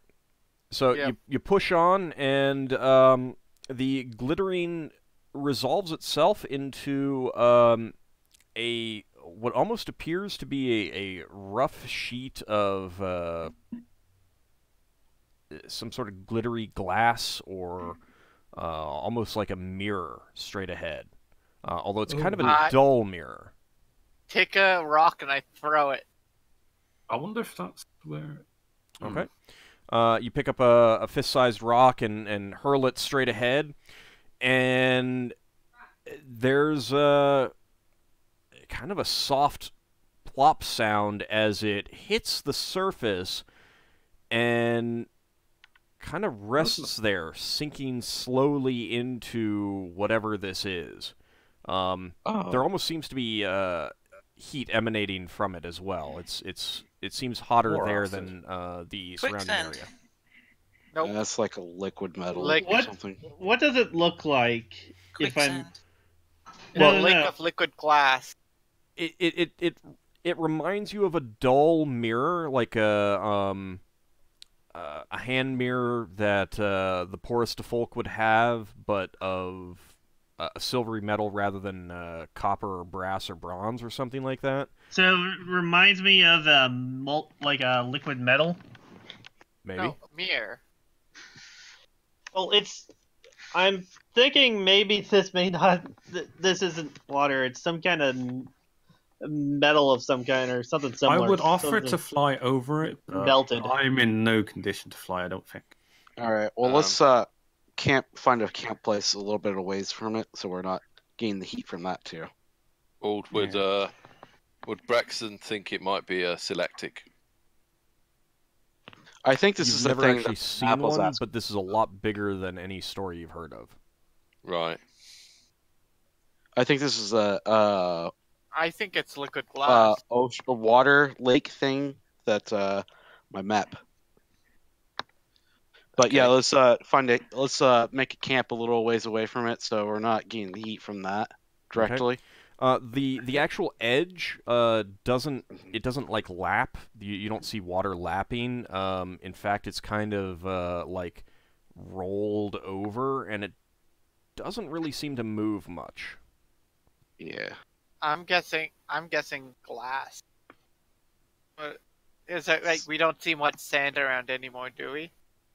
Not fine grain sand. It's more of a really, really coarse, large grain sand. It's probably liquid metal of some sort. It's silvery, right? Yeah, but pretty dull. Not like bright. I mean, it's bright enough to reflect the sun off of it, but not like a shiny, polished armor or something like that, or a silver coin. I Lafdul would say, do any of our metal workers recognize that as a material? That they may have worked with before. Weaponsmithing? I mean... Yeah, in other words, can you roll? if Old would allow that. I've put it in such a way. You can roll. Whether it works or not is another question. Yeah, I'll roll. Doesn't look like the nails I've used. You got another one. You got Braxon. Not Braxon. Ockar. You can roll as well. You work with metals. Oh, right. Give me a second. Let me just get my armor smithing.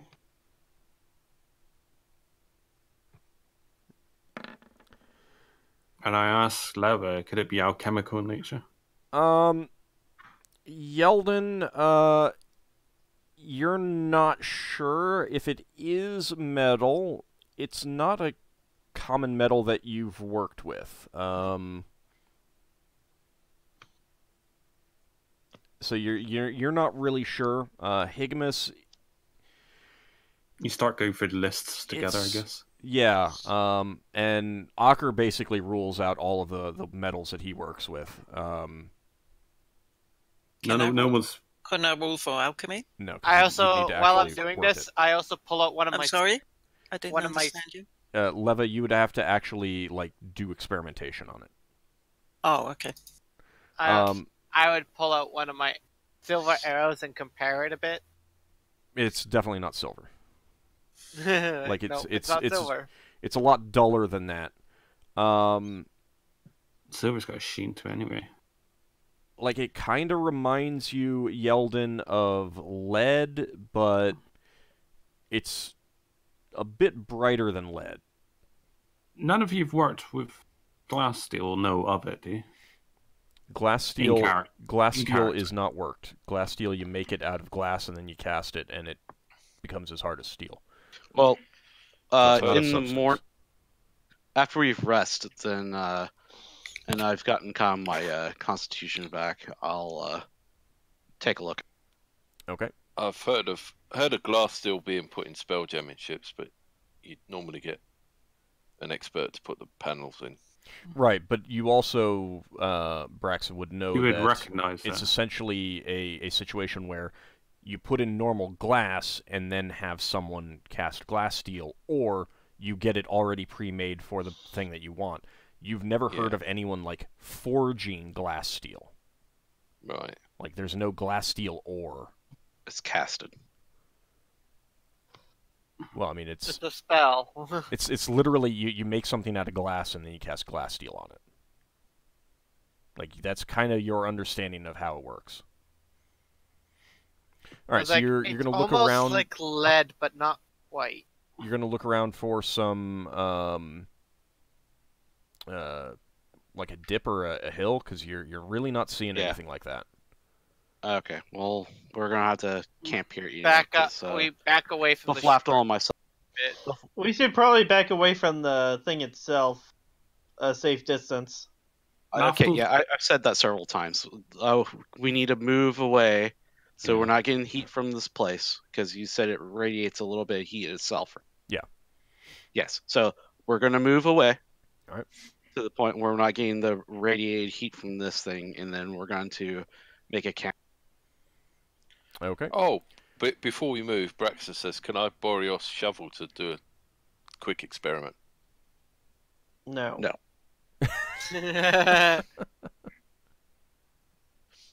Okay. Do you have do you want to expand upon that shovel, that idea, to see if you can convince him? Yeah, what are you trying to do? I was just thinking of digging a hole next to the water to see if there was any of this under the surface. Yeah, but you might lose the shovel. That's why he doesn't want to do it. That's fine. The shovel's been quite valuable. He said no. Although, speaking of Braxon, I go over to Ockar and ask, Ockar, can you do something about his arm? I go over to Ockar. Okay, about whose arm? Braxon's. Oh, right. I'm going to go over and do lay on hands. Okay. 14 HP. All right, so, how are you going to set up your camp here? 14, did you say? Yeah. Yeah. Yeah. I think 14 takes me above maximum. Then you're at maximum. Go to max. Yeah, yeah, it does. I suggest we set it up within a 30-foot diameter. Okay. Here, and then I can do the wall of ice again around us to give us a little bit of a break from this heat. Okay. It obviously won't last all night. That's okay with you? No, Well, it's recovering. No, that sounds very helpful though. But I mean, that's like almost 2 hours of rest, reprieve. Yeah. All right. Yeah. I also unsummon the horse as soon as we decide that we stop. Okay. And you're going to cast deep pockets again as well? Yes. I am. Okay. If Braxon gets a chance to, he says, "Farewell, Thor." Thor looks at you very strangely as he vanishes. All right, so you. What kind of world have I been summoned into? Yeah. Create campsite? Yeah. Okay. All right, so you cast that, and then Higgimus is going to set up a dome of ice around you guys. Is the wagon inside the dome this time? Yeah, it's kind of tight, but you can do it. I've always got my create food and water, so I'm just alternating with Higgimus every 12 hours, give or take. That's fine. That's fine. Yeah, I'm just making a note, so I'm not saying I'm actively casting it at a given period. I'm just reserving that spell slot. Okay. And you're going to Aura of Comfort yourself and Leva? Leva, yes, okay. We get some hours. That does dramatically relieve you. And everyone does feel a lot better because now you are effectively in shade in this. Now, are you taking any precautions for when the wall vanishes? Setting up the tarp to block the sun. Yeah, I say Higgimus Higgimus might have to not take a shift, so to speak. He looked like he was struggling. Yeah, it's pretty close to having a heat stroke. Don't think we know what that is, but sure.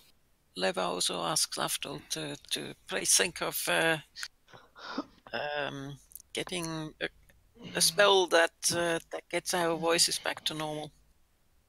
Yeah, I can try. Might not be permanent. I don't know. I think your voices sound fine. Yeah, Lafdul.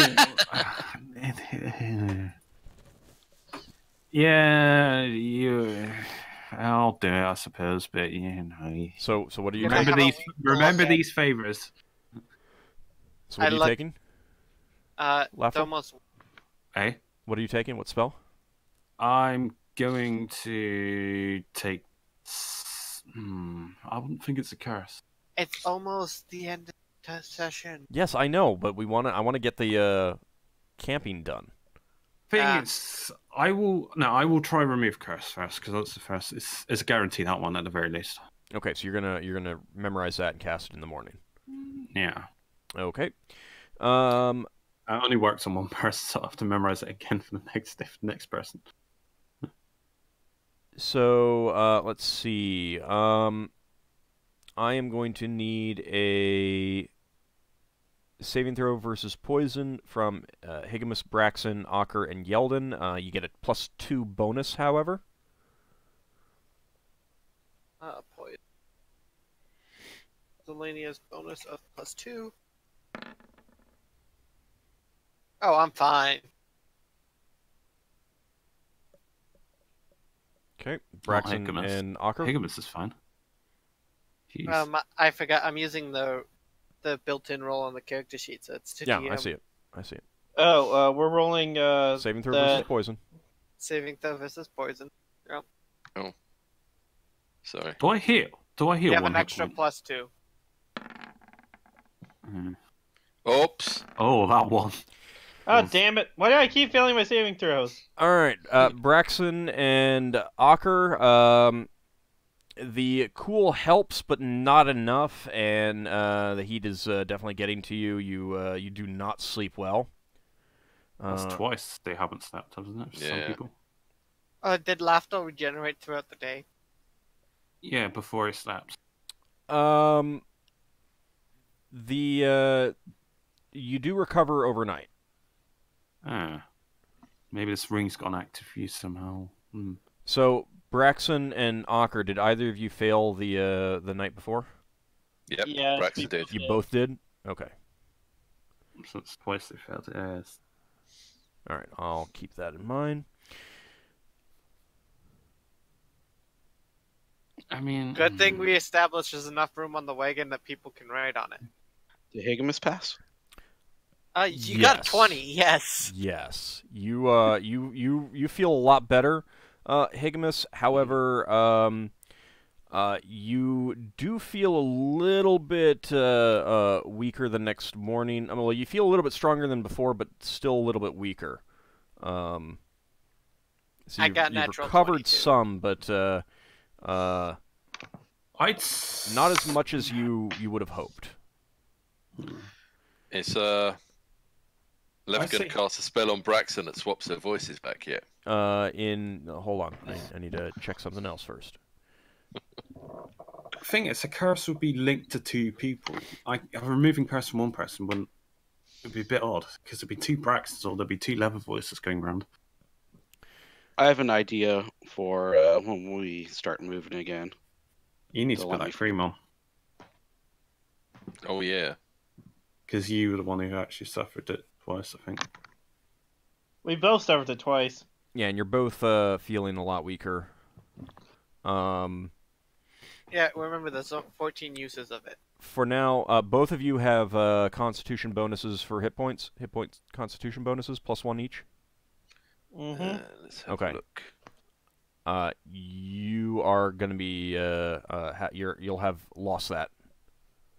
So your max hit points, it would be whatever it is without that. So minus how your level. Yeah, minus your level and hit points. Right, And let's see. Yeah, other than that, the night your sleep passes relatively uneventfully. Is Yeldan not back up to shape with his robe? Because he was a little weaker that morning. Yes, you're feeling quite a bit refreshed, and yep, you're feeling just fine now. Okay, I thought I'd bring that up. Yep, thank you. I did forget that, but yeah. All right. Temp healing pushes go down another day, and the food's gone down another day. Yep, everyone needs to remove their food. You're gonna cast in the morning 2 auras of comfort and 4 endure heats. Lafdul? Yeah. Same people. Yep. All right. Let's see if I am. Higgimus resists. I do have a spare one for Higgimus if it does fail. It fails. I'll Cast the second one. Yeah. Okay, that succeeds. Leva tries casting. Yep. Leva, who are you casting strength on? Braxon. Okay, Braxon is going to get 1860 strength. Ooh. 1860 strength. And then deep pockets. And mount. Yep, and then mount. Braxon says, "Do I have my voice back yet?" Yeah, Lafdul hasn't cast any spells yet. I'm handling the regular stuff. All right, Leva, this time you do summon the camel that you were trying to summon. Good. And Lafdul, you're going to cast remove curse. Leva, I guess, because he's the caster. All right, Lafdul, you cast remove curse on Leva. Leva, what is your reaction to that? Try speaking. I open my mouth and I say, "Thank you, Lafdul. Let's try and see how does my voice sound." Your voice sounds normal now. Oh. Braxon, say something. Yeah. Did it work on me too? Well, apparently not, since you decided to use her voice. No, it did. You sound normal again as well. Oh. Your voices have been swapped back. Because that's what happened. They were swapped. All right. Now, next morning, before you guys get going, the map does indicate that you want to basically hang a left now here at the seashore and head along it. Do you want to try to... I think we want to keep our distance from the seashore. That's fine. Does anyone want to have any ideas on trying to collect some? Because it sounded like that might be something some people wanted to try. I might be able to do it with my telekinesis ring. Scoop some up in a vial, but I don't want to sacrifice any more vials. I'll give you a metal vial if you're going to use a vial. Braxon says, I was thinking if we dug a trench next to the liquid sea, whatever it is, we might be able to get some of it to move away from the rest of it. Well, if I try hovering is anyone thinking this is sentient first? No. No. All right. Good. I just wanted to get out of the way. All right. Well, Braxon did have an idea of it, but this is significantly larger than any of those things that he's heard of. Which doesn't necessarily mean anything.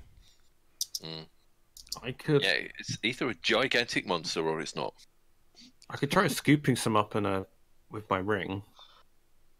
Go in ahead a vial. if you want to. Make it a metal vial. Glass will melt. Can you scoop liquid without actually scooping it with an object? Can you just pull liquid up in the air? Actually, glass is generally pretty resistant to heat. Erosion. I mean, that's one of the reasons why you use it to, in chemistry. That's actually fair. You got a good point about that. All right, if someone wants me to lend me a vial, I will do it. Yeah, I do that. Never gives you a vial. What type of vial? Well, actually, she gives you two because she wants something. She wants some too.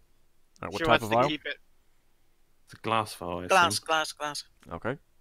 I have a metal one just in case that one doesn't work. I will attempt. I will attempt to scoop some up. All right. So you're using your ring of telekinesis to hover it out there and scoop. I get leather. You can pour some. You can wet a bandage and wet my head with it because this is such hard concentration from Lafdul. Lafdul's just making the most out of the situation. I have no idea what you just said. Basically, no compute. Basically, you know when someone's sick and you have like the nursemaid like dampening your head from fever. Basically, I'm getting you to do that to Lafdul. You know, Lafdul's straining so hard. Leva touches Lafdul's face with her finger and then says, "Nah."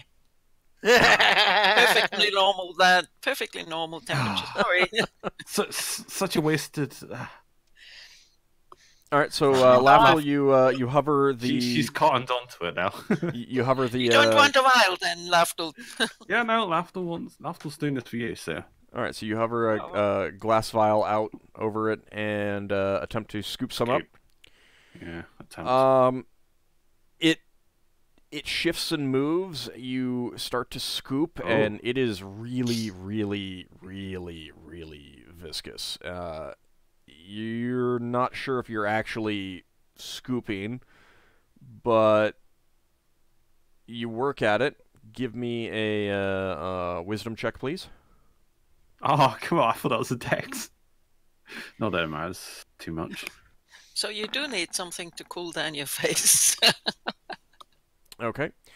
And you do manage to scoop up what can really only be described as a chunk of this, and you using your ring, you set the vial upright, and it does very, very slowly move down into the vial. Oh. And you bring it back. Braxon says, I think my method might work better. So, All right. Well, hold on. You're hovering this back to you. What are you doing? You're hovering it over to Leva. Is that what you said? It. Yeah, it's up to Leva if she wants to grab out the air or do something with it. Please don't grab it out of the air with your bare hands. Please don't. But he put it into a vial, didn't he? Please don't touch the vial with your bare hands. I'm just levitating it to her. I'm not. It's up to her how she wants to deal with it. Would you mind putting it on the floor, on the ground? Yeah, I dig a little hole for me to wedge it into. She doesn't have bare hands. She still has elven hands. Yeah. All right, so you're just going to let it rest into that hole? Yeah, essentially. Okay. And were you going to do that with the second one? Yeah. Okay. All right, so you scoop up another chunk of this and bring it back. It does appear to be metal of some sort now that you've got it this close to you. But these are definitely hot. How hot? Well, no one's touched it yet, so we'll put it that way. But you can definitely feel heat from it if you just stand near it. Higgimus has got the ring. He should touch it. Yeah. Fine. I'll try to grab it. Grab it? Not grab it. Not grab it. Sorry, that's the wrong word. Gingerly touch it? Like, when you see how hot something is? Higgimus, would you mind making a very small ice wall around it so it cools down? Ice wall? I don't want to waste that spell. Okay. Then I can only use it once a day. Yeah. Okay. I could cool it down with my dagger. Can we put the glass vial into a container that we can fill with water? And well, then put for now, Higgimus is gingerly touching it to see if it burns him. Correct? Yeah. Okay. It's definitely hot. You can feel the heat, but it doesn't hurt you. Would it hurt somebody else? Probably. Hard to say, in part because you're a Giff. And, these other smaller people have such thin skin, so easy for them to be injured by so many different things, like a bare fist fight with a Giff, Leva decides to risk one finger, and she puts her fingertip close. It's her favourite finger. She puts it as close to the vial as she can stand it. All right, it is very, very hot. You take a point of damage. Why don't we get some sort of pot of water and get Higgimus to put the vial into the pot of water, and then I pull out one of my mini pots. Lafdul can use his dagger to cool it down. If you cool it off too fast, it'll break the vial. We'll shatter the vial, so it's got to be nearby, but not. Tell you what, I'll hold on to him until I'll just kind of carry him with us until all right. We can they cool off enough where we can just pull them off naturally. Thank you. All right, so you pick up the two vials and you're just going to carry them in your hand. Yeah, because if I put them in something, it's going to burn through, right? You're not sure. I mean, I have pots. Just because something is hot doesn't mean that it'll actually burn, but it could damage things. Yeah. All right. So with that, you guys get going. You're gonna stay. What color is this? It's like a dull. It's a dull silvery color. Dull silver. I'm making this in my book, so it's just like the third day, isn't it? Yeah. Also, I had a thing I want to get out real quick before we move on with anything else. I have an idea. The tarp thing that we have. Hold on, Yeldan. Higgimus is trying to speak. What is going on? So the tarp thing that we have that we use for shade when we're camping. I suggest we keep it out and open it up and use the poles to keep it open, and we have a person at each end of it holding the pole up as we move along. And everybody kind of walks underneath it. Yeah, that'd be two people get hot and the rest stay in the shade, and we swap over. Keep in mind that there is always a wind blowing. Like heavy wind? How much of a wind? It varies. Most of the time, it's not that bad because it's a pretty strong wind, but it's not most of the time there's a little bit of grit on it, but not enough to cause you any harm. And in fact, the wind is nice enough that it actually helps temperature-wise, even though it's hot. But you would then be essentially carrying a sail, and not necessarily helpfully. Okay, here's another idea then. Okay. Using the same idea as Higgimus, but adjusting it. Can we get someone with night vision, one of the elves, to walk ahead with the dagger of darkness, and then walk behind the sphere of darkness? Well, now you're turning, so you're actually going to be going not directly towards the sun anymore. Okay, but so we'll walk on the left of it then, in the shade. Also, Auld said earlier that it doesn't block the heat from the light. Heat still goes through. Yeah, We're not bothered by the sunlight, it blocks the physical light. It doesn't block the energy. Yeah. Yeah. What doesn't work like real? It wouldn't work like shade. Right. I mean, it does help. help. Stop us getting dazzled. Yeah, and it. I mean, it means that it's dark when you're trying to sleep, and it's just hot. But it's not. You know, it wouldn't offer shade like the tarp would, kind of thing, or like walking in the shadow of a building would. It doesn't create shadow. You know, right, so like when it's there and you walk on the opposite side of it, it's not casting a shadow beyond it. You know, because it's not a physical object. It's just magical darkness that's right there. Yeah, no, I get that, but we wouldn't have the sun directly in our face, would we? No, but it wouldn't create shade, is what he's saying. Yeah, so it's not going to help you with the temperature and stuff like that. It would, prevent you from being dazzled, but that's what the sun goggles are for. Yeah. Yep. I mean, that's why you got those, and those have been preventing any actual light blindness. Yeah. No, it's just some of us have been struggling. I thought it might be worth a try. Seeing as Higgimus's idea is apparently a no-go. I mean, you could try both of them. You don't really know what's going to happen. I'm just saying that you would be essentially carrying a sail. Yeah. It might slow you down, but still might give you shade, and that might be good. You won't really know until you try it. But it's something to try. Let's try it. Let's try the sail first then. Yeah.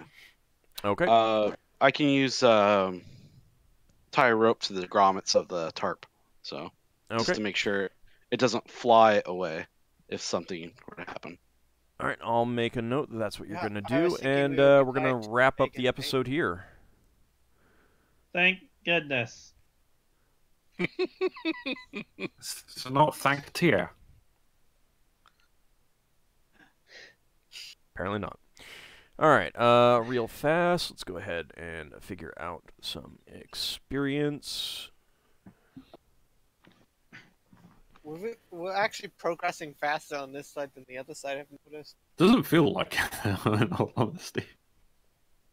No, we've got past 2 waypoints. Yeah. Yeah. That's why I'm like, this is a bit faster. Now that we're not going directly towards the sun, we might still be going. We did take an extra aura of comfort in case people start really struggling, that one extra person at night. We didn't get as many fights. That's probably why it seems faster. We have what? It's only like the third day, there though. For the other one? Yeah. We haven't had random encounters. It's the third day and we already passed 2 waypoints, whereas the other ones, it took us a bit longer. Yeah, waypoints were closer together. This place does seem a little bit more dangerous as far as the elements go. Yeah. Heat is a lot worse than cold in a lot of regards. Yeah, that's why Yeldan that's why when we first were like, which side do we want to go to? I suggest the heat side because it's a lot harder to deal with, and I want to get that over. Meh, have to do both of them anyway. It doesn't matter. It certainly seems a lot worse to Braxon. He quite enjoyed the other side. I was hoping my ring would be similar to what Braxton's ring did. Your ring is a ring of fire resistance, not a ring of heat resistance. You gloated all the way on the other side. As soon as you were talking about hoping that would work that way, I was thinking to myself, "Oh, it's gonna be fun." Well, doesn't work. Yeah. All right. So it might not work. But let's see. Let me calculate this out. All right, that is going to be for Higgimus, 450 experience points. And 300 experience points for everyone else. Oh. 350. 300 for everyone else. So we get 300? Yeah. And Higgimus gets more. Oh, actually, you know what? I did forget something else for Ockar and Braxon and Yeldan. That is going to be... So, 380 for Braxon, Yeldan, and Ockar. 80? Yeah, 380. Find that interesting. Yeah. Did I solve a puzzle or something? Using your ring to create the wall of ice for the dust storm, that was a big thing. Gotcha. Can't say for sure whether it saved your butts, but it definitely made a bad situation into a relatively easy situation. And that definitely works out that way. All right, yeah, so I assume no one is leveling up with that. I don't think anyone's that close. No. Yeah. No. All right. I'm turning my XP now. Well, I want to thank you guys for playing. Hope everyone enjoyed it. And everyone out there watching, thanks for watching.